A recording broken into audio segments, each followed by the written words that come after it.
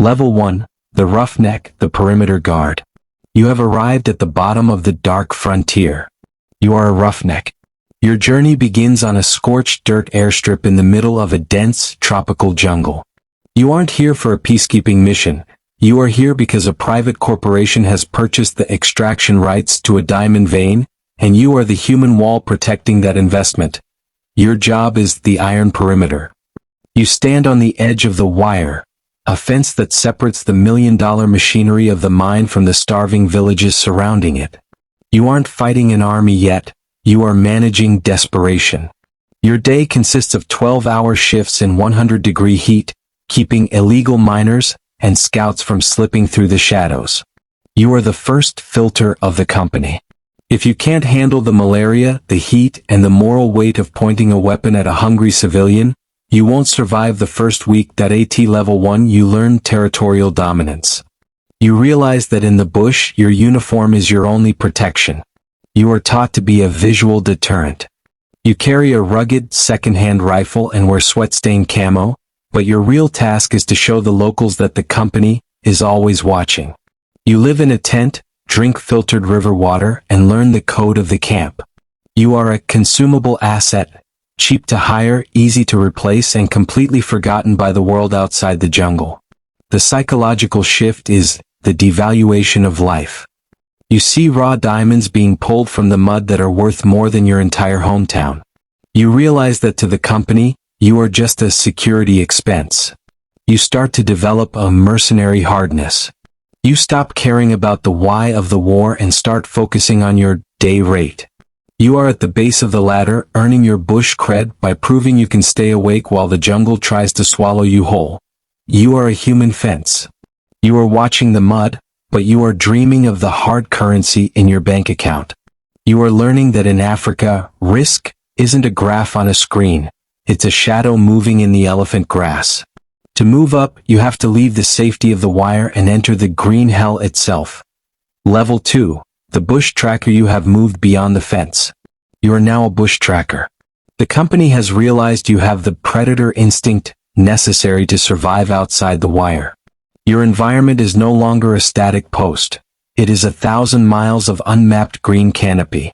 You are part of a small mobile team sent into the deep bush to hunt for leakage. Small groups of local rebels or independent miners who are bleeding the company's profits by stealing raw stones. Your role is the human sensor.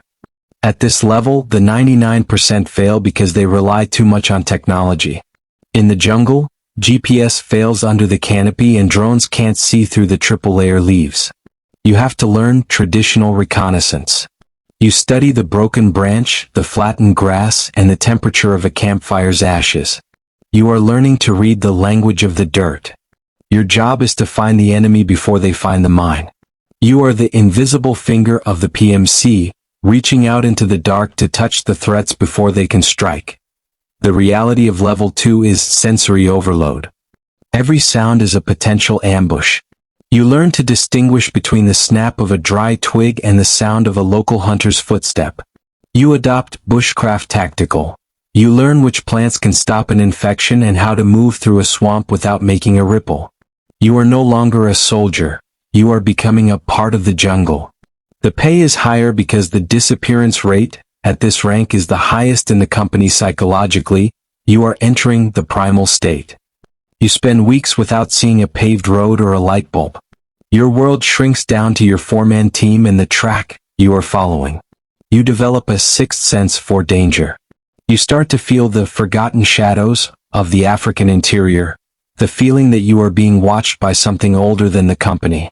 You are becoming a ghost of the green, a man who can disappear into the leaves and reappear only when it's time to pull the trigger. You are a pathfinder. You have proven you can survive the green hell and bring back intelligence. But the company has a bigger problem, getting the diamonds out of the jungle and through the war zones. To move up, you need to trade your boots for a seat in a technical. You are ready to join the steel flow on the red roads. Level 3. The convoy bruiser. You have left the silence of the trackers for the roar of the steel flow. You are now a convoy bruiser. In the world of Blood Diamond PMCs, the most dangerous place isn't the mine or the jungle, it's the red roads. These are the dirt arteries that connect the extraction sites to the private airfields. Your job is to ensure the product makes it through. You are the muscle on a technical, a pickup truck with a heavy machine gun welded to the back, screaming through rebel-held territory. Your role is high-speed violence. At this level, the filter is survival. You aren't just a guard, you are a target. Every bridge, every narrow pass, and every fallen tree is a potential kill zone. You have to master the art of rolling contact. When the ambush hits, you don't take cover. You drive through the fire, returning a massive volume of lead to suppress the enemy while the diamond trucks keep moving. You are the mobile shield for the company's wealth. The reality of level 3 is dust and adrenaline. You spend your days covered in the fine red African dust that gets into your lungs and your gear. You learn the physics of the ambush. You know exactly how to lean into a turn while firing a .50 caliber machine gun and how to coordinate with the other trucks using hand signals because the engine noise is too loud for radios. You are no longer a shadow, you are a hammer. You are the reason the rebels think twice before attacking the company's shipments. Psychologically, you are becoming mechanized. Your world is defined by the RPM of the engine and the remaining rounds in your belt. You develop a high-speed fatalism. You know that if the lead truck hits a landmine, the mission doesn't stop. You push the wreckage off the road and keep going. You are earning hard currency now, paid in stacks of USD or small, industrial-grade stones, because the local banks are worthless. You are a highway mercenary, a man who lives and dies by the speed of the wheels. You are the steel vanguard. You have proven you can protect the product under the worst conditions. But as you climb the ladder, you realize that the bullets are expensive and the political deals are cheaper. To reach the next tier, you need to step off the truck and learn how to talk to the men who control the roads. You are moving toward the world of the liaison. Level 4, the liaison officer. You have stepped out of the dust and into the gray space. You are now a liaison officer. The company has realized that your value isn't just in how many rounds you can fire, but in how many you can save. At this level, you are the bridge between the multinational corporate machine and the local power players who actually own the ground. You are the mercenary diplomat. Your role is the economy of influence. The 99% fail here because they still want to be soldiers. They can't hide their contempt for the local warlords. You, however, have mastered the security tax. You spend your days in smoke-filled rooms or under acacia trees, negotiating with rebel commanders and village chiefs. You are the one who delivers the incentives. Sometimes it's a suitcase of cash, sometimes it's a shipment of medicine or fuel, to ensure that the company's trucks are invisible to the local militias. You are managing the shadow infrastructure of the jungle. The reality of level 4 is high-stakes deception. You are playing a game where the rules change every hour. You have to know who is truly in charge and who is just a figurehead. You learn to read the political atmosphere of the bush. If a warlord suddenly asks for more protection money, you have to decide if it's a bluff or the signal of a coming coup. You are the risk buffer. If you do your job well, the convoy bruisers from level 3 have a boring day. If you fail, the product vanishes into the black market. Psychologically, you are becoming morally fluid. You sit at the table with men who have done terrible things, and you shake their hands because it keeps the mind open. You stop seeing good and bad, and start seeing stability and disruption. You are a merchant of peace, but your peace is bought with the company's gold. You are earning strategic pay, a percentage of the saved costs and security. You are no longer just an operator, you are a political asset. You are the master of the handshake. You have proven that you can navigate the complex tribal and corporate loyalties of the interior. But sometimes the talking ends. When a deal breaks or a new faction tries to seize the mine, the company doesn't send a negotiator, they send a hammer. You are moving toward the elite strike tier, where the targets are no longer shadows but objectives. Level 5. The strike team lead. You have returned to the kinetic core. You are now a strike team lead. The talking has failed, the bribes were ignored, or a rival faction has attempted a hostile takeover of the mining site. The company no longer needs a negotiator, they need a surgical hammer. You lead an elite group of Tier 1 contractors, men who didn't just survive the bush but mastered it. Your role is offensive deterrence. At this level, the 99% fail because they lack the cold precision required for jungle raids. You aren't fighting a traditional war, you are conducting night extractions and infrastructure sabotage. If a rebel group is staging an attack, you don't wait for them to arrive at the mine. You fly in by low-profile helicopter or move through the swamps at midnight to hit their command center before they wake up. You are the nightmare that keeps the company's assets safe. The reality of level 5 is high-velocity risk. You operate in the black hours. You have access to the best technology the company's money can buy: thermal optics, suppressed weapons, and encrypted satellite links. You learn to coordinate multi-domain strikes, where one team hits the rebel camp while another secures the river crossing. You are no longer just an operator, you are a battlefield manager. Every decision you make in the dark has a direct impact on the company's stock price the next morning. Psychologically, you have reached calculated lethality. You don't feel the adrenaline spike anymore, you feel the checklist. You view the jungle as a series of objectives and exfiltration points. You are earning combat premiums, huge bonuses for every successful mission that secures a diamond vein. You are a professional hunter, working for a corporation that views your violence as a necessary business expense. You are the master of the raid. You have proven that you can exert total control over the most chaotic environments on Earth. But you are getting older and the jungle is taking its toll on your body. To reach the final elite tiers, you must move from the front line to the command center. You are ready to become the architect of the entire operation. Level 6, the Operations Director. You have reached the executive tier. You are now the Operations Director.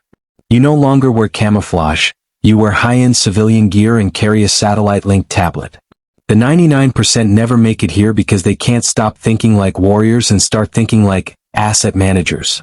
You are the bridge between the blood and the mud and the boardrooms in Antwerp and Zurich. Your role is the boardroom in the jungle.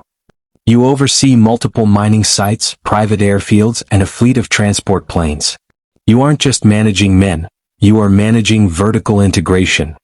You ensure that the fuel arrives from the coast, the strike teams are positioned at the highest threat veins, and the product is moved through international borders without a single customs delay. You are the master of conflict finance. You know exactly how many carats it takes to fund a month of operations, and you balance the books in a world where the currency is either hard stone or blood. The reality of level 6 is strategic liability. You don't worry about single bullets anymore, you worry about state actors and international sanctions. You spend your nights on encrypted calls, ensuring the company's extraction rights remain valid even as the local government collapses. You are the one who decides when a mine is too hot to hold and when it's time to burn the documents and evacuate. You are earning director-level dividends, a piece of the profit for every shipment that makes it to the global market. Psychologically, you have reached detached authority. You look at a map of the jungle and see a resource grid. The lives of the contractors below you are just operating costs. You have moved into the world of plausible deniability. You ensure the company gets the diamonds, but you make sure the methods used to get them never appear on an official report. You are a shadow executive, managing a private empire that exists in the cracks of international law. You are the architect of the flow. You have proven you can run a war like a business. But there is one final step. To reach the ultimate level, you must stop managing the company and start owning the shadow. You are ready to become the Ghost King of the diamond trade. Level 7. The Diamond King. You have reached the summit of the shadow hierarchy. You are no longer an operator, a liaison, or even a director. You are the Diamond King. You have moved beyond the company's payroll and into the realm of total ownership. You are the ghost who controls the supply chain from the red mud of the Congo to the high-end boutiques of London and Paris. You don't just work in the bush, you own the air above it and the minerals beneath it. Your role is the sovereign of the gray market. At this final level, you operate in the world of geopolitical arbitrage. You are the one who provides the security solutions to governments in exchange for exclusive mining concessions. You are the invisible hand that funds both sides of a local conflict to ensure the mining zones remain neutral territory. You don't manage soldiers, you manage regimes. You decide which warlords rise and which ones fall based on who can guarantee the fastest delivery of raw stones to your private airfields. The reality of level 7 is absolute insulation. You live in a world of high-altitude jets and private islands, far removed from the heat and the humidity where you started. Your currency is no longer just money, it is leverage. You hold the black books of international banks and political figures who have profited from your operations. You are earning legacy wealth, money that is laundered through 1,000 shell companies until it is clean enough to buy skyscrapers and influence. You are the ultimate filter. Nothing moves out of the jungle without your silent